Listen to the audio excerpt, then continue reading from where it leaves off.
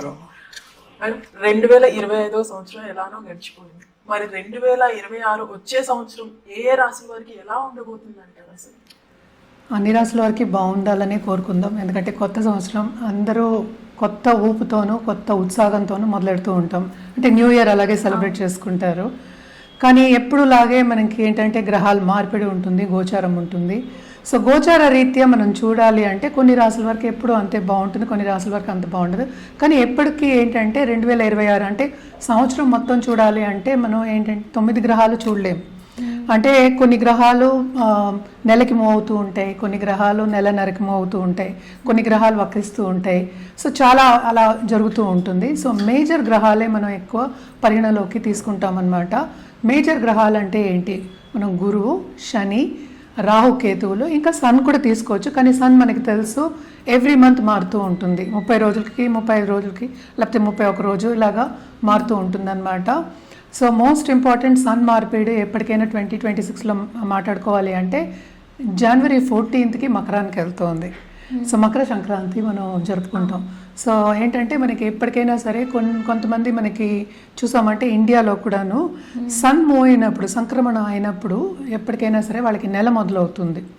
మనం ఏంటంటే చంద్రమానం చేస్తాం. చంద్రుడు ఎక్కడ స్థితిలో ఉంటే ఆ మాసం మనం తీసుకుంటాం అనమాట. అదే ఇప్పుడు రోహిణి నక్షత్రం కానీ మృగశిర మాసం అలా చెప్పుకుంటూ ఉంటాం అన్నమాట. శ్రవణ మాసం అలా చెప్తాం. సో ఎక్కువ ఏంటంటే మనం చూసుకునేది చంద్రమానం. కొంతమంది ఏంటంటే సన్ చూసుకుంటారు. అలాగే టామిల్ న్యూ ఇయర్స్ డే మనం చూడాలి అంటే కనుక వాళ్ళకి April 14th సన్ ఉచ్చారణ కూడా వస్తుంది. అప్పుడు ఏంటంటే మేషంలో ఉంటుందన్నమాట. తర్వాత మళ్ళీ 15కి మనకి ఐ థింక్ 15th 16th మనకి మళ్ళీ ఏంటంటే వృషభానికి మూవ్ అవుతుంది. సన్ 1 మంత్కి మూవ్ అవుతూ ఉంటుంది అనమాట. అంటే February 14th ఏమో మనకి కుంభానికి వెళ్ళడం.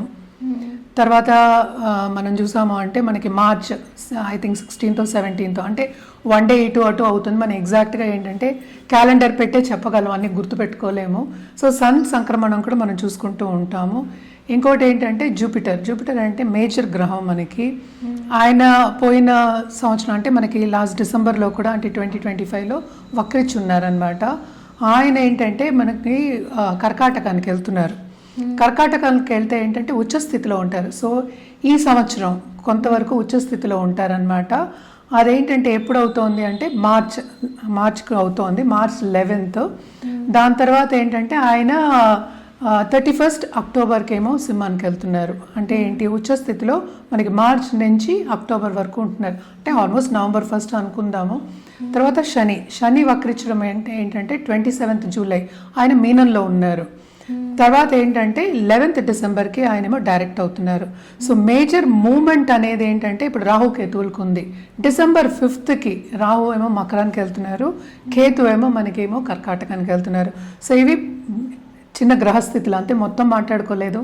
ఇంకా గ్రహాలు ఉన్నాయి అంటే ఏంటంటే మనకి శుక్రుడు ఉన్నారు, బుధుడు ఉన్నారు, తర్వాత ఏమో కుజుడు ఉన్నారు. ఇవన్నీ కలిపే మనం ఒక రాశికి రాశి ఫలితాలు అనేది చెప్పడం జరుగుతుంది. సో ఆ మూమెంట్లేమో చాలా ఉన్నాయన్నమాట. సో మేజర్గా మనం చూసాము అంటే కుజుడు 45 డేస్కి మూవ్ అవుతూ ఉంటాడు. సో ఆయన వక్రించడం కూడా జరుగుతూ ఉంటుంది. అంటే towards end of this year అంటే December 2025లో గ్రహ కూటమి అనేది మనకి ధనుసులో జరిగిందనమాట, జరుగుతోంది. సో ధనుసులో మనకి స్టార్టింగ్ ఆఫ్ ద ఇయర్ మనకి మార్స్ కూడా ధనుసులో ఉన్నారనమాట. సో అలాగే శుక్రుడు కూడా ఉన్నారు, అలాగే బుధుడు కూడా ఉన్నారు. సో అందరూ అక్కడే ఉన్నారు, మేజర్ గ్రహాలు ఉన్నారనమాట. సో జనరల్ ప్రెడిక్షన్స్ అనేది మనం రాశి పట్టి మనం చెప్పడం అనేది జరుగుతుంది. సో ఇవి గ్రహస్థితులు. సో మేజర్గా మనం చూసాము అంటే ఏలినాటి శని ప్రభావం అనేది ఎవరెవరికి ఎక్కువ ఉందో చూస్తే మనకి కుంభానికి, మీనానికి, అలాగే ఏంటంటే మేషానికి ఉందన్నమాట. సో ఈ సంవత్సరంలో అంటే 2026లో శని మూమెంట్ అనేది లేదనమాట. శని ఏమో అక్కడే ఉన్నారు, అంటే మీనంలో ఉన్నారనమాట. సో ఇవన్నీ చూసుకుని మనం గ్రహస్థితులు మాట్లాడుకుందాం. జనరల్ ప్రెడిక్షన్స్ అంటే ఏంటంటే ఎప్పటికైనా మనం చెప్పేది, ఎందుకంటే రాహుకేతు మూమెంట్ ఉన్నప్పుడు కొంచెం డిఫికల్ట్ అయిన ఒక మూమెంట్ అనమాట అది. సో రాహుకేతు పూజలు కంటిన్యూస్గా చేయమనే చెప్తాం. అది ఒకటి కాకుండా నవగ్రహాల చుట్టూ ప్రదక్షిణ చేయడం అనేది వెరీ ఇంపార్టెంట్. అది ఏ రోజు అనేది మనం రాశివారీగా మాట్లాడుకోవాల్సి వస్తుంది అనమాట. మేడం 2026 సంవత్సరంలో వృషభ రాశి వారికి ఎలా ఉండబోతుంది అంటారు? వృషభ రాశి వాళ్ళు మాత్రం ఎప్పటికైనా నేను చెప్పాను లాస్ట్ ఇయర్ కూడా వాళ్ళకి చాలా బాగుంది, ఈ ఇయర్ కూడా చాలా బాగుంటుందనే చెప్పాలి. ఎందుకంటే 11th లార్డ్ ఎగ్జాల్టేషన్లో ఉన్నారు. అది అక్టోబర్ 31 వరకు, మార్చ్ నుంచి 2nd హౌస్ నుంచి మన 3rd హౌస్కి వెళ్తున్నారు. ఆయన రిట్రోగ్రేషన్ ఉన్నప్పటికీను చాలా బాగుంటుంది, ఏది పట్టుకున్నా వాళ్ళకి లాభమే ఉంటుంది.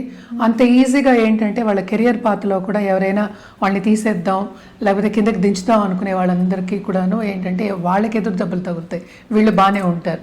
కొంతవరకు ఏంటంటే సపోర్ట్ అనేది చాలా బాగుంటుంది, పెద్దల బ్లెస్సింగ్స్ అనేది ఉంటుంది. తప్పక ఏంటంటే కుటుంబ పరంగా పైకి వచ్చే ఛాన్సెస్ అంటే స్టేటస్ ఇంప్రూవ్ అయ్యే ఛాన్సెస్ కనిపిస్తున్నాయి. అలాగే ప్రమోషన్ మీద కానీ లేకపోతే ఇంక్రిమెంట్ మీద కానీ జాబ్ చేంజ్ కూడా మనకి కనిపిస్తుంది అనమాట. ఎందుకంటే మనం చూసాము అంటే శని మనకి 11వ ఇంట్లో ఉన్నారు, 11వ లార్డేమో ఎగ్జాల్టేషన్లో ఉన్నారు. సో తప్పక ఏంటంటే వీళ్ళకి కెరియర్ పాత్ మాత్రం చాలా బాగుంటుంది. అలాగే మనం చూసామంటే బిజినెస్ పీపుల్ ఉన్నారు, బిజినెస్ పీపుల్ కూడా వాళ్ళకి కొత్త బిజినెస్లు వచ్చే ఛాన్సెస్ ఉన్నాయి. ఎందుకంటే లాభం రావాలి, సో లాభం రావాలి అంటే కనుక తప్పక కొత్త బిజినెస్లు అంటే పెట్టుబడి లేనిదే లాభం రాదు, బిజినెస్ లేదు లాభము లేదు. సో పెట్టుబడి ఉంటుంది అంటే ఏంటి, పెట్టుబడి అందుబాటులో ఉంటుంది వాళ్ళకి కావాల్సినప్పుడు. అంటే మంచి సూచనలు కనిపిస్తున్నాయి, పాజిటివ్ సూచనలు కనిపిస్తున్నాయి మనకి. సో తప్పక వీళ్ళకి బాగుంటుందనే చెప్పాలి. Towards end of this month, sorry not month, year అంటే 2026. సో మనకి కేతు కూడా మూవ్ అవుతున్నారు, 3వ ఇంటికి మూవ్ అవుతున్నారు అనమాట. అలాగే జూపిటర్ ఏంటంటే నవంబర్లో ఏమో మనకి సింహానికి వెళ్తున్నారు. సో తప్పక ఏంటంటే కంఫర్ట్ లెవెల్ అనేది ఇంక్రీజ్ అవుతుంది. అదొకటి కాకుండా వీళ్ళకి క్రియేటివిటీ అనేది చాలా ఎక్కువ ఉంటుందన్నమాట. తోబుట్టువులతో సన్నిహితంగా ఉండడం కానీ లేకపోతే వాళ్ళతో కలయిక ఉండడం కానీ, లాంగ్ టర్మ్ ట్రావెల్ కానీ మనకి ఎక్కువ కనిపిస్తోంది. ఎస్పెషలీ ఫారిన్ ట్రావెల్ అనేది మనకి ఎక్కువ కనిపిస్తోంది అనమాట. అదొకటి కాకుండా మనం చూసాము అంటే దాంపత్య జీవితంలో కూడా అనుకూల పరిస్థితి, ఎందుకంటే బ్లెస్సింగ్ ఉంది. ఏదైనప్పటికీ కొంతవరకు పార్ట్నర్తో సన్నిహితంగా ఉండడం అనేది మనకి కనిపిస్తోంది అనమాట. అండ్ ఆల్సో ఎవరైనా స్టాక్ మార్కెట్ ట్రేడింగ్లో కానీ లేకపోతే ఫైనాన్షియల్ మార్కెట్స్లో ఉన్న వాళ్ళకి కానీ తప్పక మనకి మార్చ్ నుంచి అక్టోబర్ చాలా బ్రహ్మాండమైన మంత్స్, వాళ్ళకి లాభాలు వచ్చే ఛాన్సెస్ మనకి కనిపిస్తున్నాయి. ఎక్కువ లాభాలు వచ్చే, మన లాభం అంటే చిన్నది కాదు, పెద్ద లాభాలు వచ్చే ఛాన్సెస్ తప్పక కనిపిస్తున్నాయి అన్నమాట. హెల్త్ రీత్యా కూడా కొంతవరకు కొంత బాగుండకపోవచ్చు, అంటే నా చిన్న చిన్న నలతలు ఉన్నాయి కానీ పెద్ద నలతలు అంటూ ఏమీ కనిపించట్లేదు అనమాట. ఇంట్లో మాత్రం తప్పక శుభకార్యాలే ఉంటాయి, శుభకార్యాలు జరుగుతాయి అన్నమాట. అందులో కలయిక అంటే ఏంటి, దాంట్లో పాల్గొనడం కూడా జరుగుతుంది వేరే వాళ్ళు శుభకార్యాల్లో కూడాను. ఏదైనా సరే వీళ్ళకి దూబ్రా ఖర్చు అనేది కొంచెం తక్కువే ఉంది, శుభ ఖర్చులు అనేవి ఎక్కువ ఉన్నాయి. అంటే ఇంట్లో పూజలు చేయడం కానీ, జపాలు చేయడం కానీ, హోమం చేయడం కానీ, అంటే ఆధ్యాత్మికంగా వెళ్ళడం అనేది కూడా మనకి ఎక్కువ కనిపిస్తుంది అనమాట. సో ఈ సంవత్సరం అంతా 2026 అంతా వృషభ రాశి వాళ్ళకి కొంతవరకు కాదు చాలా బాగుంటుంది, చాలా మట్టుకు బాగుంది అని చెప్పాలి. అండ్ ఆల్సో ఏదైనా సరే వ్యక్తిగత జాతకం మీదే ఆధారపడి ఉంది. సో వ్యక్తిగత జాతకం మనం చూసినప్పుడు అది డిఫరెంట్గా ఉంటుంది, ఎందుకంటే మిగతా గ్రహాలు కూడా తీసుకుంటాం, దాంట్లో పీరియడ్ తీసుకుంటాము. అంటే ఏంటి, ఇప్పుడు దశా విశేషాలు ఏం జరుగుతున్నాయి అవన్నీ తీసుకుని చెప్పడం అనేది జరుగుతుందన్నమాట. ఏదైనప్పటికీ వృషభ రాశి వాళ్ళకి సక్సెస్ఫుల్ ఇయర్ కింద మనం చెప్పుకోవాలన్నమాట. అలాగే ఈ రాశిలో ఉన్న ఉమెన్ ఆంటర్ప్రినర్స్ కూడా చాలా బాగుంటుంది. ఏదైనా స్టార్ట్ చేయడం కానీ, వాళ్ళకి ఏంటంటే ఇన్వెస్ట్మెంట్ పరంగా ఏదైనా కావాలంటే వాళ్ళకి రావడం కానీ, స్టార్ట్ చేసి ముందుకెళ్ళడం కానీ మనకి కనిపిస్తోంది. తప్పక వీళ్ళు ఏంటంటే గుప్త సబ్జెక్టుల మీద ఇంట్రెస్ట్ చూపిస్తారు. అంటే ఏంటి, ఆస్ట్రాలజీ కానీ, న్యూమరాలజీ కానీ, లేకపోతే టారో రీడింగ్ కానీ ఇలాంటివన్నీ చేసి ఆన్లైన్ కన్సల్టింగ్ బిజినెస్ స్టార్ట్ చేయ మనకి యోగం కూడా మనకి కనిపిస్తోంది అనమాట. ఎందుకంటే మనం చూసామంటే రాహు మనకి 9th లోకి వెళ్తున్నారు. సో తప్పక భాగ్యం అనేది డెవలప్ అవుతుంది. అండ్ ఆల్సో ఫారిన్ టచ్ అనేది ఉంటుంది. సో ఫారినర్స్ పార్ట్నర్స్ కింద రావడం కానీ, లేకపోతే ఫారినర్స్ అంటే మన విదేశాలు పక్క దేశాలు అనుకుందాము, వాళ్ళతో బిజినెస్ చేయడం కానీ ఇవన్నీ రావడం అనేది మనకి కనిపిస్తోంది అనమాట. సో తప్పక వీళ్ళకి ఏంటంటే ఒక హ్యాపీ ఇయర్ కింద మనం చెప్పుకోవాలి. సో మొత్తానికి వృషభ రాశి బాగానే ఉంది కాబట్టి ఇంకా మంచిగా ఉండాలంటే ఎలాంటి పరిహారాలు చేస్తే బెటర్? పరిహారాలు ఏంటంటే మోస్ట్ ఇంపార్టెంట్ ఫ్రైడే వాళ్ళు లక్ష్మీదేవికి పూజ చేయడం అనేది వెరీ ఇంపార్టెంట్. అదొకటి కాకుండాను ఒక నిండు ముత్తైదువుకి వాయనం ఇవ్వడం ఎప్పుడు చెప్తూనే ఉంటాను నేను. వాయనం ఇవ్వండి, లేకపోతే ఒక చీర ఇవ్వండి, ఒక బ్లౌజ్ పీస్ ఇవ్వండి, ఒక గాజులు ఇవ్వండి, పసుపు కుంకాలు ఇవ్వండి, ఏదైనా సరే మన తరగతికి తగ్గ ఇచ్చుకోవచ్చు ఎవరికైనాను.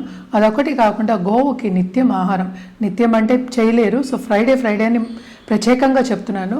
సో ఫ్రైడే వెళ్ళి ఆహారం పెట్టడం, ఎస్పెషలీ స్వీట్ అంటే బెల్లంతో చేసింది మనం ఎక్కువ చెప్తూ ఉంటాము. సో బెల్లంతో చేసింది ఏదైనా పెట్టచ్చు, లేకపోతే అరటిపండు పెట్టచ్చు అనమాట.